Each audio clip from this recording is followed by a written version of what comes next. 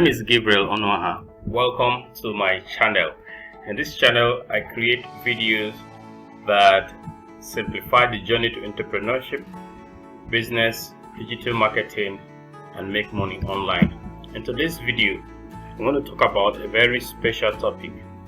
As you can see, the economy is biting on smallholder businesses, small-scale enterprises in Nigeria, and there is increasing inflation that is affecting customer purchasing power. So customers have little or not enough money to buy, so there's likely going to be an effect on how much they are able to spend on buying. So of course, the man who is selling is going to find it difficult. At the same time, your supply and demand is also affected, which is exactly what economics indicators are reading today. The government is making effort to do this. If they are, I do not know how much this effort will yield result. But for every smart business owner, the best thing to do is to find ways to, even in the midst of inflation, increase profitability, right? So in this video today, we're going to discuss 9 powerful steps to setting up a business that will bring consistent revenue from day one. So if you're if you're thinking of starting a new business, you want to listen to this, you want to watch this video and understand the rudiments, what you need to set up a business that can begin to bring in revenue from day one. So you want to get consistent revenue from day one. Watch this video till the end. And then I have also what I call soap. I have a premium soap for you, and that soap is a simple strategy that smart businesses and big companies are using to beat rising inflation. And if you stay to the end of this video, I'm going to give you that trick that will enable you, that you can use and implement in your business today and beat inflation, right? And let inflation, the high inflation, not affect your business. Once again, welcome. If you're new, if you're watching my video for the first time, or you are yet to subscribe to my channel, please hit the subscribe button. Like this video if you find it useful, because it will help entrepreneurs, business persons like you, who also need to think of, who also need to listen to this video, to also find it easily and on YouTube. And for my wonderful audience, subscribers, thank you for always sticking around. Like this video as well and give it a thumbs up. Share it with your audience as we get into the thick of the matter right now. So the first step, to setting up that business that will make profit, that will make consistent revenue from day one, the first step to making that happen is to identify a problem in the market and design a solution. Identify a problem and design a solution, right? So today's businesses are not the businesses that will succeed in today's environment are not businesses that people set up to make money. No. People, if you are an entrepreneur, you want to just, I need something doing, and then you just go and set up a business because you see people are setting up business, and that is not the business that will succeed today. The business that will succeed in today's market, in today's economy, is a business that is set up to solve a problem. The reason is because there are problems to be solved, and if you can identify those specific problems and design a solution to them, you will have a huge influx of customers from the first day you launch. So the first thing you want to do is to identify a problem. This problem could be a problem that is not fully or sufficiently solved. It could be a problem that has never been solved. It could be a problem that there is a solution, but there is a shift in taste right now for the customers, and you want to meet that new taste, right? So that is for you. So you want to consider the market, the locality, So you want to consider your locality. There may be innovation somewhere, but it's not in your locality. That could be a problem. It could be a problem that you want to solve. So design a solution. That's the next thing, to design a solution that solves that problem. That solution could be a product or service, training, in whatever it is that you're rendering, to be able to, get these solutions out. So remember, step number 1, identify a problem and design a solution.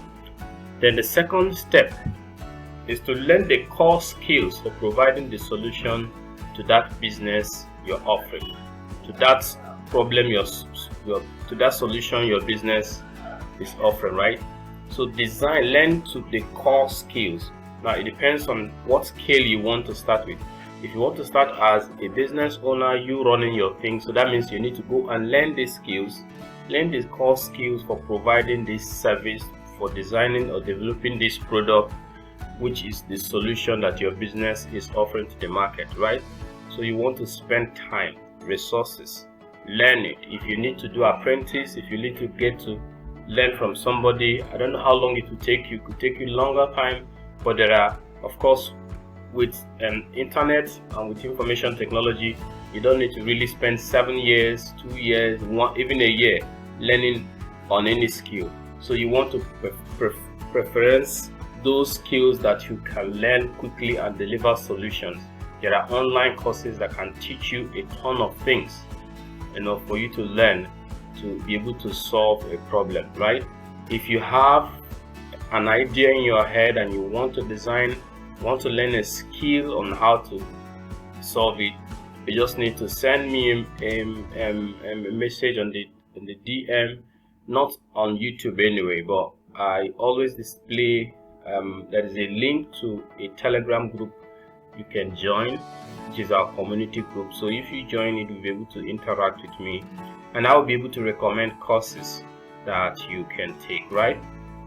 So where you are unable to learn these skills, you may want to hire someone who already has that skill in your business, so you can leverage on an expert. So hire somebody who is already skilled in that, who is already an expert, very good in that, a core skill that your business, production or service requires to deliver the solution that your business is offering. So it is either you learn it yourself and be the person providing the service or developing the product, or you hire someone who already knows it, who can deliver the solution, or kind of develop the product, right? So that is step number 2. Now step number 3 is to estimate and count your costs. So you want to sit down and estimate how much it will cost you to establish this business. Whatever the business is, what are the cost implications? You want to sit down and count what is really involved in the cost implication, right? So you want to bring down all the costs. After you have brought down the cost, you now look at again, what do you really have right now, right? If it will take you 2 million to start that business, you want to design that solution in such a way that you will be able to start with exactly what you have right now, or what you are able to afford right now, so that the amount you need to start the business will not be a hindrance for you starting your business immediately, right? So estimate and count your costs, and then look at what you have right now, and then start from where you are, right? So the third step or the fourth step now is to test. So when you have gotten all the skills, design your first prototype of product or service and begin to test the market. You're testing for market fit to know whether your product you're introducing to the market is fit for the market, whether it is what people want. As much as you have in the initial first step identify a problem, you want to also know whether people are really interested in this solution that you're designing.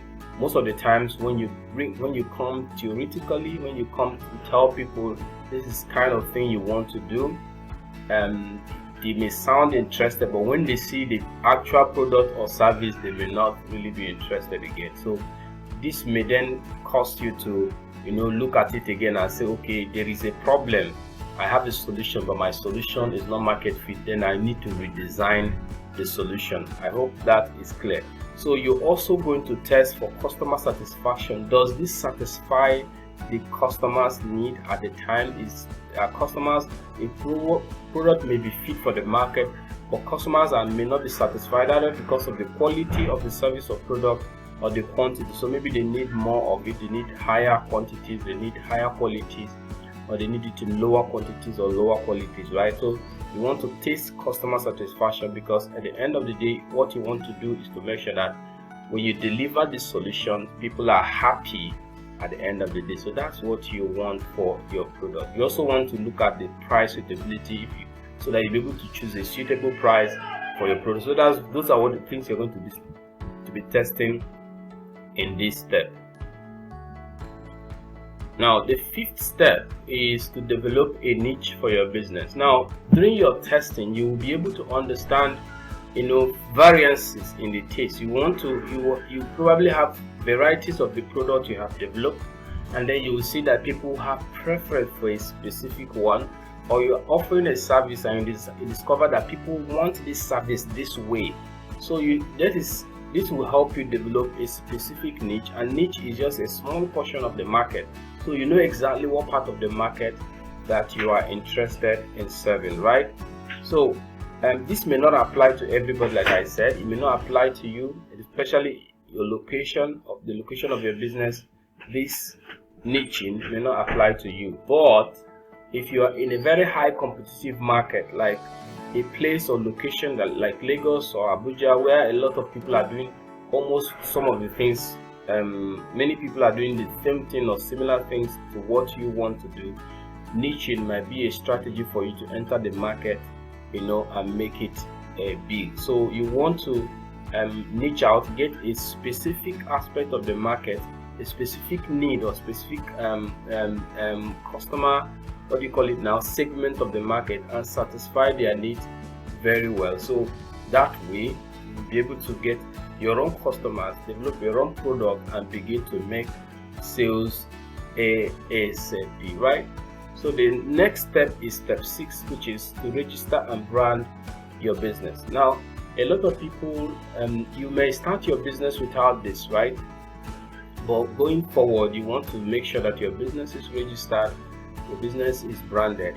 Branding gives you differentiation, and you will not be able to brand if your business is not registered. Because if you brand before registering your business, you may be wasting your resources, because at the end of the day, someone may have used the name you want to use and register your company or business name already. So this is an important step for you in your business. So you want to register and brand your business, so that you stand out and command customer loyalty and command customer respect in your business, right?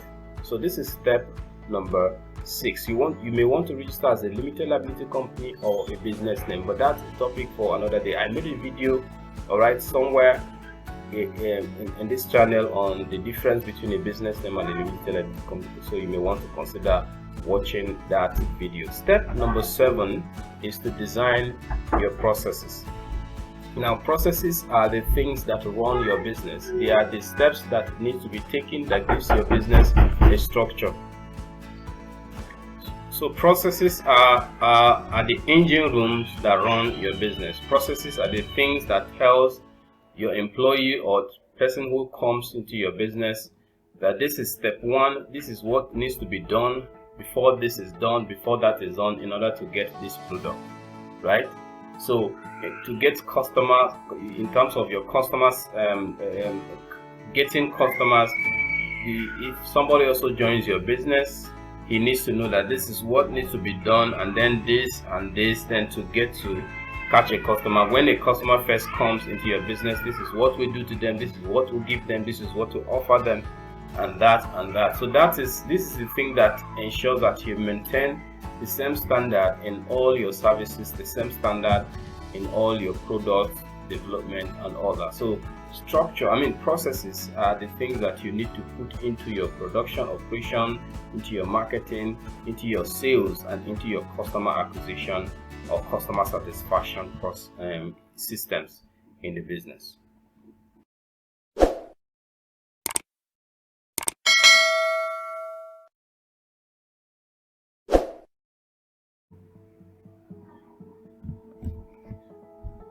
So processes cannot I cannot overemphasize it, but designing a process for your business is really key to the success of your success and sustainability, right, of your business.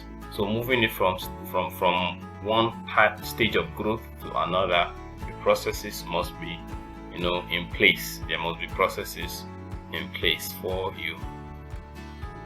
Now the next step is to keep proper records. So while you have your processes in place, record keeping is also one of the processes that you need to put into your business. But I have brought this separately because if you don't have any of the other processes of marketing, of sales, of customer care, right, of operational, if you don't even have operational processes, like you come and produce anyhow, you need to have proper record keeping. You have processes for keeping records. You need to have processes. You need to have books, records, whether they are digital or physical tools that you can use to keep your records, right? You need to keep record of the raw materials that you use if you're into production. You need to keep record of your inventory. You need to keep record of the materials you have used for production, right? So you need to also keep record in terms of income, how much money is coming in, how much money you have used to buy materials, how much money you have used, to service, to provide, to maybe what will I call it now, fund the operation process. So if you bought fuel, if you paid utility, to power your generator, if you paid direct labor to carry out a few things, maybe load and offload, something like that. So all those things are things that power the operation of your business. You need to write down all those costs, keep record of all those costs, right?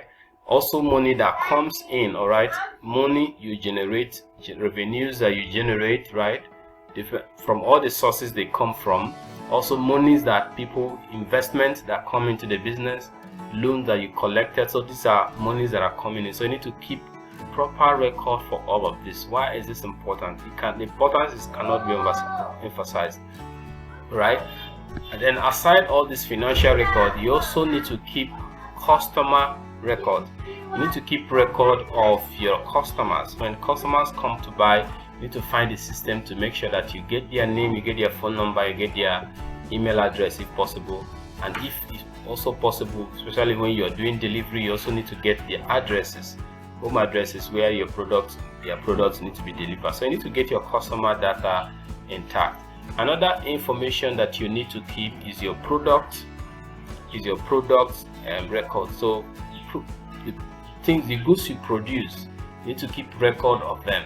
So maybe you make varieties of products, so you need to keep proper record of the different varieties of product that you made. How many numbers of each of the varieties did you produce at the production date, right? How many of it is sold on each day, on each week? And then so you need to keep all of those records. So these records are important because you are able to keep inventory. You're able to know how much is in stock, how much product how much raw material is in stock for your business, so that you know if you will be able to carry out the next operation, so that you know when to make orders. Sometimes if you don't have record, you may go to the site and you see that there are things, but you do not know the quantity. You may not know that the quantity is not enough for the next production, right, or the next cycle of operation, right? So you need to make sure that you know how much quantity you need for the next operation, for the next order that is coming. Will you be able to deliver, so that you know when to order for raw materials, when you make money available for them. So financial records will ensure that you have you are intact with your incomes and expenditures, so that you keep track on your profitability. It also ensures that you price your product properly, so that you know how much you have spent in this production. It is so funny how customers underprice their product because they don't have any record of how much they spent in production. And at these times, you don't want to lose track of all those things, right? So maybe in the next video, and in another video, I'll be able to look at some tools that you can use for proper record keeping, right? Then also, when you talk about customer information, you'll be able to know, you'll be able to reach out to customers to make them buy a second time. If you have their contact, you'll be able to get back and get a feedback from them. You can call them to get a feedback from them on the product they have purchased, and then you'll be able to know whether they are satisfied, and if they are satisfied, you may now want to ask them to come and buy again. But if you don't have their contact, they are just enter your shop, buy, and they go, and then you are losing market, you are losing sales. So you don't want to be doing that these times. And then for your product performance, you want to know the product that is doing better, people are buying more of, so that you want to concentrate on product that people are buying more on. So you don't want to, I think people are buying, you don't want to be guessing, I think people are buying more of this. No, you want to be very sure what product people are buying more of, and you want to know at what numbers they are buying it, so that you know exactly, to guide your operation. So these things are simple things that, as a business owner, that you need to be able to put in place to increase your profitability, right? Okay, so let's go to the last step, which is to launch your business. So now this last step is for those their businesses are not in operation. If your business have been in operation, all of these steps are still applicable to you. You just need to do what? Make sure that all these things are now in place in your business if they were not in place. So anyone that is not in place, any of these 8 steps that are not in place, you try to put them in place, for your business, right? By the way, sometime in the future, I'm going to be launching a short course that shows you how to keep proper record for your business, whether you are in service or product businesses. And that course is going to come out sometime in October, right? So it's going to come out sometime in October 2022. So if you're watching this video by October 2022, you may have a link to be able to get that course, and the course is going to be titled bookkeeping, record keeping for small businesses without accountants, right? Okay, so that is it. If you are new in the business, there has to be a day when you launch your business. This is very important. It may be trivial, you may consider it not really necessary. Is it necessary to launch? I can just start. Or you have to create an event where you launch your business, and that is an avenue where you bring in all those people who have tested your product, who have tested it, to bring in their testimonials, so that other people will be able to know that, okay, wow, you have done this and you have gained traction over time. So you're not just starting the business today. So that's the importance of this, and it also creates the boost, that awareness that you need. Much awareness. You may not spend a lot of money, just gather a few people, especially all those people who have used for you, then friends, families, gather them together.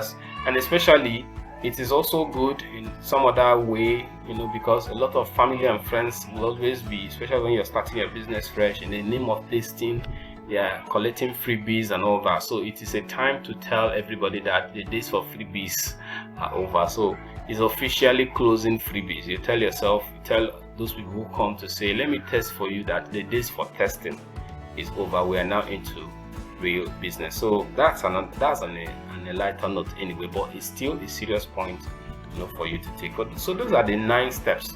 If you follow these 9 steps, you will be able to have a business that will begin to make you profit from day one. So for those people who have tested your product, they become your first ambassadors. You can then use them to create a vibe on social media, especially in this age, and then you will be able to get your business running and going. So that's it about this video. In the next video, I'll talk about the keys that you need to unlock and unlock the growth potentials of your business. So this is it about the 9 powerful steps to setting up a business that will bring you consistent revenue from day one, right? Okay, so here is the premium soup, and I'm going to do that very quickly. I hope I do that in the next 5 minutes. I'm going to be sharing for you the next 5 minutes a simple strategy that smart businesses and big companies that we are consulting are using to beat rising inflation. So the inflation and prices are going up, businesses are readjusting. So you watch at what big businesses are doing, you will see that there are some of the things I'm going to be sharing with you now are some of the things that these big businesses are doing. And in this few minutes, I'm going to be showing you how you too can do that. And one strategy is called strengthening your pricing power. Now, briefly, pricing power is your ability to price your product without the ability of the power of your price to retain its strength. Demand, continue to command demand even if you push the price upward, right? Because what is happening now is that inevitably you're going to be moving prices upward, because your purchasing, what do you call it now, most of the raw materials you're getting, your supplies are coming at a higher cost, so you have no option that to increase your price. So what I'm going to be teaching you is how to strengthen your business's pricing power, such that even if you increase your prices, your demands will not go down, because normally when you increase your price, demands will go down, especially if you're not selling anything special, right? So that's it about that's what pricing power means. So one of the things you want to do to be able to strengthen your pricing power is to decide what sets you apart from the competitors.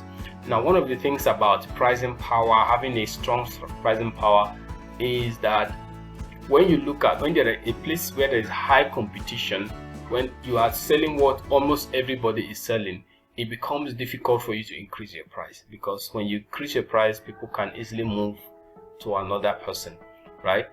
Then also, when you are selling products that are not so much in need, that it's not almost a necessity, so that if you increase the price, there are alternatives that people can use.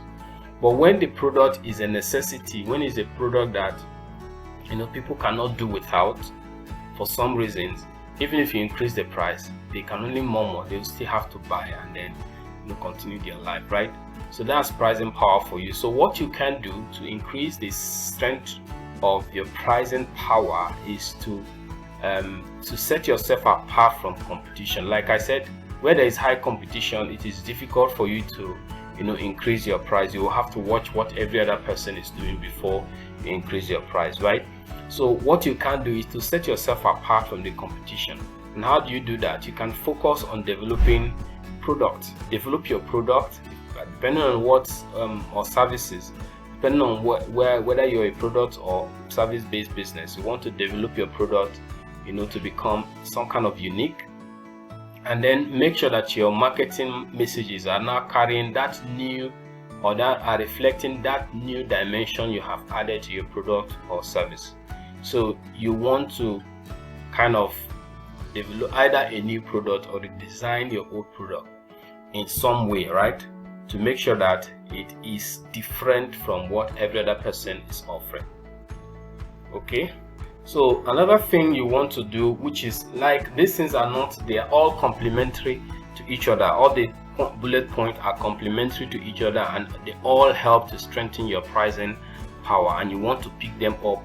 I would suggest that you watch this video over again to be able to get these pictures very clearly for yourself, right?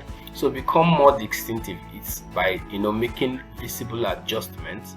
So like I said before, you want to make some changes to your product or service, and make sure that those changes, your product or services offering, are visible, that people are able to see that, okay, this person has made a change. There is something about customer psychology. Customers are excited, have this kind of excitement when they see a new dimension of the product or services that you offer. So they feel excited, they feel like, well, there is something new here, so they want to try it, right? So based on what I have said in the third step, just the powerful steps I just gave out to you, if you ensure that you deliver value, right? Ensure that you learn so much so that you're able to deliver value in those your new redesigning, the newly redesigned service or product. You will see that you'll be able to hold on to your customers, right, after the first try. Because with new, if you create, if you make adjustment in your product or services, it is likely to make customers want to try.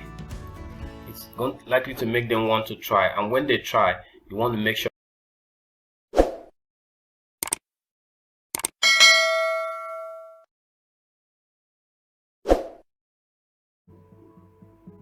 So you want to distinguish your product, you want to and create visibility and make adjustments that your customers will easily notice. And how can you do this? Is by doing what is called bundling or unbundling your offering. Again, I have a lot of things to talk about, so you may want to create a separate video to teach you what bundling and unbundling is. So in a nutshell, bundling is probably you bundling is probably getting 2 or more of your products or services and putting them together, and then giving an offer. So if you put like 3 of your products or service categories together, and then you give it at a price of 2, right? So when you put 3 or 4 products or services categories, bundle them together and then give them at a particular price. Maybe like you can hear that some people do, you can get 4 for a price of 2, or 4 for a price of 3, 3 for a price of 2, right? So that is called bundling. So of course you have to do it in a smart way that ensures that you still get some margins for your product, for margins of profit. You may want to add services or products that do not really cost you much, then in order to make up for the margin on the other product that has a lot to cost you, right? So you get them together. So that's bundling. Unbundling is when you have those products, or when you have a lump of product. For instance, if you sell a bag of rice, if you are selling a bag of rice, you're selling your rice in bag. Maybe assuming you're a rice seller, you sell a bag of rice. So unbundling strategy could also mean breaking them down. Instead of 50 kg, you're selling in 10 kg or 25 kg, right? So you have broken them down such that those persons who really can no longer afford to buy 50 kg you can still get money out of them when they buy smaller sizes of products or your product. So you can get even more class of people to buy from you, who are previously not able to afford 25 kg or 50 kg of rice. You're able to afford 10 kg or 25 kg or even 5 kg of rice. So that's unbundling, right? So that's a strategy you can use to beat inflation. Then you can also consider branding. If you have not branded, I talked about it earlier, you can consider branding, or if you are branded, you can consider rebranding. The essence is so that customers see something new in your business. Is a way to attract them, and when your offering is powerful, when the value in your product or service is powerful, you're able to retain them and be able to come and buy again. I'll still talk about how to keep them buying again in the next slide. So you can make your product or offering more distinctive by doing any or all of these things I've suggested earlier. Then we'll talk about in your sales and marketing initiatives, aim for customers who are less price sensitive. I mean, for a lot of businesses, there is a little you can do about this, but for some services, for some products, of course, you may want to now target people who have, especially if you really cannot, break down all your products, you cannot do all of this on bundling or bundling. You may want to now target people who are less sensitive to price, people who are of higher income class, right? Those people, like, no matter how much inflation does, they will still be able to buy. So you may want to now, like for instance, rebrand your product or services to now suit the taste of those people, such that you are targeting specifically people at the top economic class, right? So that's another thing you can do, to sustain your business in the case in this season of inflation, right? Okay, so we'll move on and talk about increasing your marketing. So definitely you want to increase your marketing, you want to increase your visibility, you want more people to see you, because less and less people are able to, more and more people are unable to buy. So you want to increase the number of people. The higher the number of people who will see you, the higher your chances of maintaining or even increasing your sales revenue. So you want to increase your marketing, definitely. So what you were doing before will not be able to get you the amount of sales you were getting before. So if you are getting 10 sales per day, if you sustain the level of marketing you're using now with inflation, you will not be able to get up to 6 or 7 sales per day. So that is a decline for you. So in order to sustain your 10 sales per day, you want to increase. So if, for instance, you are at level 20 of marketing and you are getting 10 sales per day, you want to move to level 30 or 35 or 25 to be able to sustain up to 10 sales per day. I hope you just get the picture I'm trying to paint. So definitely you want to increase your marketing effort. Now you want to adopt more efficient and less expensive marketing strategies, in order to help you do this, right? So you want to adopt more efficient strategies that give better results, but then are still less expensive. There are such strategies, especially with the tech world, with a lot of technology, a lot of applications right now. There are applications that can help you, do this. One of them is your WhatsApp. One of those tools that can help you, market in a way you will never imagine is your WhatsApp, right? WhatsApp has more users than Facebook does, right? Almost everybody who has a smartphone has a WhatsApp on it. So, and they use it on a daily basis because it is an easier way to communicate with their distance. But I don't want to get into all of this. There is a video by one guy like that. He made a video that is teaching people how to use Facebook for marketing. It even helps you automate things, automate your marketing strategies. That's what these marketing strategies they are teaching now can help you do. So if you're interested, I'll drop a link to that video on the description of this video. So on the description of this video, so that you can go ahead and watch it. There's also ways you can teach you a lot of things, including creating top listings, and then you can either learn these things and do it yourself, or get someone to learn it and do for you.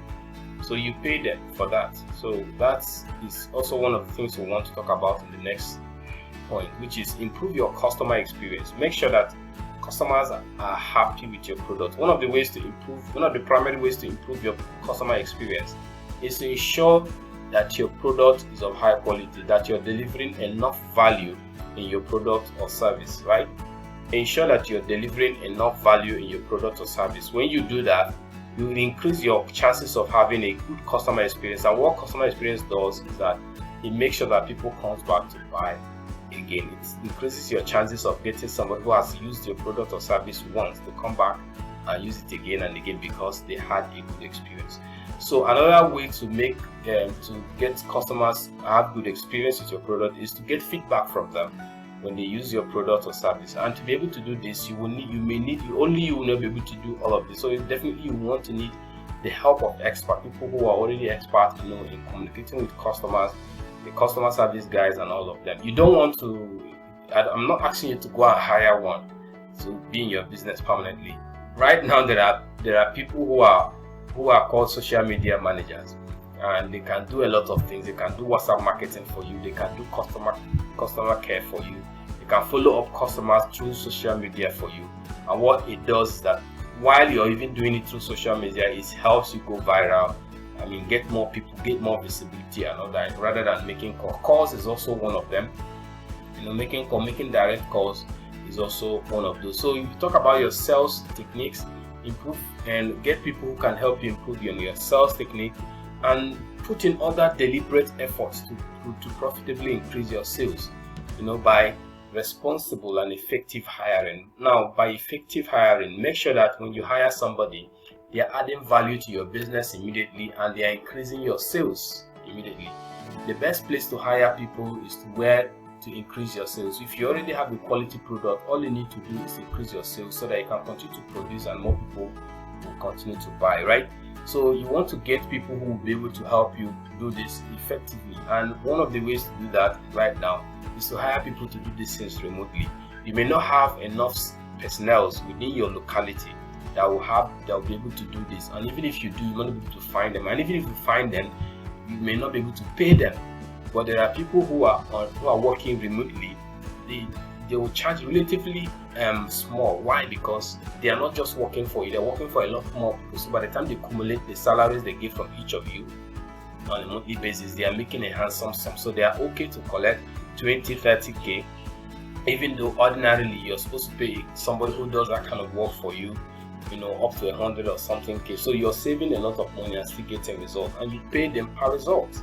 So you don't just, it's when you get results that you pay them.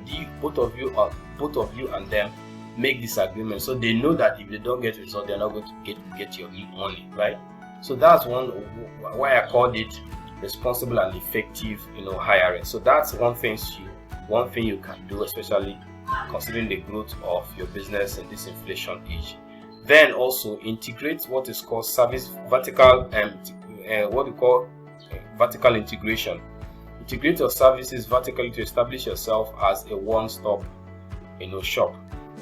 So you want to get all the things that, for instance, if you have if you sell rice, you want to you know, make sure that whatever thing that a customer would need, you know, after purchasing rice, you will be able to provide it. So if a customer buys rice, he probably will need what? Tomatoes. You will need 2 tomatoes to make stews. You know, you will need what else? Whatever it is, condiments and all that. So you want to make sure you provide it. You have oil, and then you can even now use these things as those bundles. So you can have rice, you have beans, you have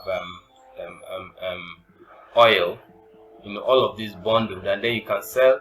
You can have, for instance, 25 kg of rice bag. You can have 1 bottle of oil. You can have a few tins of tomato, and you can still sell them at the price of 1 bag of rice. So, you know, do all the mathematics properly and make sure that it is, 1, attractive to the customer, and 2, is profitable to you, right? Okay, so that's the last point is to offer complementary services, and that's almost like what I've discussed before. No more to do it again. And then warranties, especially depending on the nature of your product, ensure customers that they will get value, you know. And then subscription. So the subscription is a system that enables you to get people to buy over and over again. So get more people to say, okay, we'll give you supply of rice and beans for 9 months, or for 2 months. If you need daily supply of rice and beans for 2 months, we're going to supply you. Now you can do this with businesses. For instance, businesses that you know, are consuming rice on a daily basis, like restaurants, like fast food joints and all that. So you can offer a subscription plan for them. So you have them coming back, or you supply, they pay you upfront, or they pay you half for upfront. You supply them for 2 months. When they come to get, maybe they pay you for 1 month supply, you supply them for 2 months. When they come to collect for the next month, they pay you 2 months upfront. So you have 2 months, 1 more month left. So that's a strategy you can use, you know, in order to do this. So that's the size of this presentation.